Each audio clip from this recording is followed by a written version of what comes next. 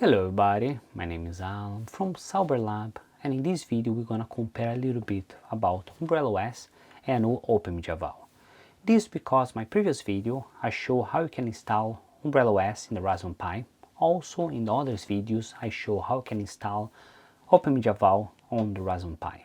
And then I decided to make this video to explain a little bit more about the difference for each one, which case that will be better to use UmbrelOs, which case that will be better to use OpenMediaVault, what of those systems I prefer to use, and what you needed to know before you do any installation. So if you like this idea and want to learn a little bit more about it, we're gonna show in this video, but first of all, don't forget to leave a like, consider subscribe for the channel if you're not subscribed, and let's understand a little bit more about it.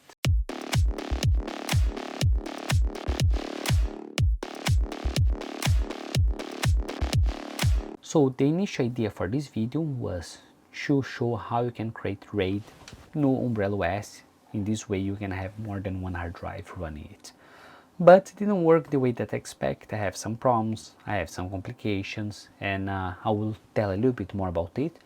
But this reason that I decided to record this video, compare both, what's the positive and which one that we should use. So first of all, this comparison, we need to understand what operating system that they run. So I look online and I ask which Linux server or Linux revision UmbrelOs run, and they say that you can run it in Ubuntu or Debian. And that they make the same question ask for OpenMediaVault, and that they say that will run in Debian. So let's say that both systems will be running in Debian, so they are exactly the same operational system. What it's Debian saved, well established and everything, so will not be something that will break or bankrupt, not be something that will break so easily. Of course not perfectly, but will not break so easy. So have those two, we know that they run with the same system. We can come here in the application from UmbrelOs first. If I come here in live usage, I can see how much of my CPU is running, how much of my run memory is running, and how much of my hard drive is running. And then if I select it one, I can see which application that use most of my system. Also, if I come here in library, I have a lot of different apps that I can install. I can install everything, and if I wanted to be more specific, I can choose one of all of those categories. Also, if I come here in Bitcoin, I have a lot of options of different wallets. If I come here in financial, I have more wallets that I can do. Can go in media and only select what I want to do. So if I want to install Jellyfin, I can click Jellyfin, and then they will tell all the information that I need to know. Also, if I don't know what I want to install, I can see and they say the free software media system. So I know that this one will for media system, I will open it, and that they will give a brief description of what they do and if it's interesting for you or not. So in this way, become really easy. And you're gonna ask, Alan, if I want to do or to install one application that's not support directly for UmbrelOs, how can I do it? You can install Portainer, run stack, and do all the applications. You can run as a Docker click, and that you can create that specific container and continue on. So you have this flexibility. And then if you come here in OpenMediaVault, here's OpenMediaVault, what give all the information basically the same, but with some consideration. For me to install UmbrelOs, I just plug my system there, put play, and just was running. But OpenMediaVault is a little bit different because I need to have one storage or one SD or one USB only for the US, and then I can do my storage. If I come here in my storage, I need to come here in file system, define what file system I want. I need to create my share folders. I need to come here in SMB to make sure that I can access it, and all that other stuff configuration. Also, if I want to install a Docker Compose or any Docker, I need to come here in Compose. I need to come here in File, Add, and let's say that I want to add, for example, I can select one of those, but they will not give all the information. So if I come here, some of those they will say jacked.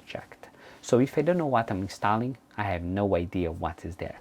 Other thing that's interesting, if I come here in File and put Add, they will have empty. So I can choose between the examples or empty one that I need to get the stack. what's the problem for it? Either the examples you need to still configure your absolute path, you still need to configure your UID, JID and everything. So this way, if you don't know what to do, you need to search a little bit more, or will be a little bit more complex to do any installation. UmbrelOS, only plug and play, click and install. OpenMediaVault needed to have more setup. But what we in OpenMediaVault is the possibility for storage. So if I come here in storage and come in file system, I can add different types of storage. Let's say that I want PTFS, I can select one of those. If I install another application, I will be able to have more options of RAID, because when you have RAID, you have, let's say, one spare hard drive if you want to choose RAID 5, in the case that all the rest of the system does. As I told, I try to show how we can create a RAID, or how we can have more than one hard drive running UmbrelOS, but it didn't work the way that I expect, because they didn't accept it and it's not official supported. So what happened? I did all the configuration to try it, plug off, plug in, and that the storage disappear, and that I need to reconfigure it. Also, you need to know what you're doing to configure it. From the OpenMediaVault, it's simple. You only come here, file system, and that you can add and create RAID, and they will just work. This is really interesting if you want to have more than one hard drive set up in your system. Let's say if you have only one hard drive with 10 terabytes and maximum that you're gonna need is 10 terabytes, yes, go to UmbrelOS, because it's easy. You're gonna put that hard drive and they will work. If you don't want to have a redundancy of your data, yes, go to UmbrelOS, they just work as well. But the OpenMediaVault, you can have RAIDs, you can have exactly the same applications that you're gonna have Umbrel, but the RAID is the main one. It's the possibility to add more than one hard drive. You can have as many hard drives as you want, and all those hard drives will work. The RAID will not break so easy, and that everything gonna be stable-ish, let's say. So if you want to have lots of storage, lots of hard drive, go to OpenMediaVault, and this will work really well and will have all the applications that you can use. But if you want to have easy applications, but you don't care about the storage, yes, go to UmbrelOS, because this one will be the best option for you. So low requirement for installation, easy plug and play, and that if you don't need so much storage, that's fine.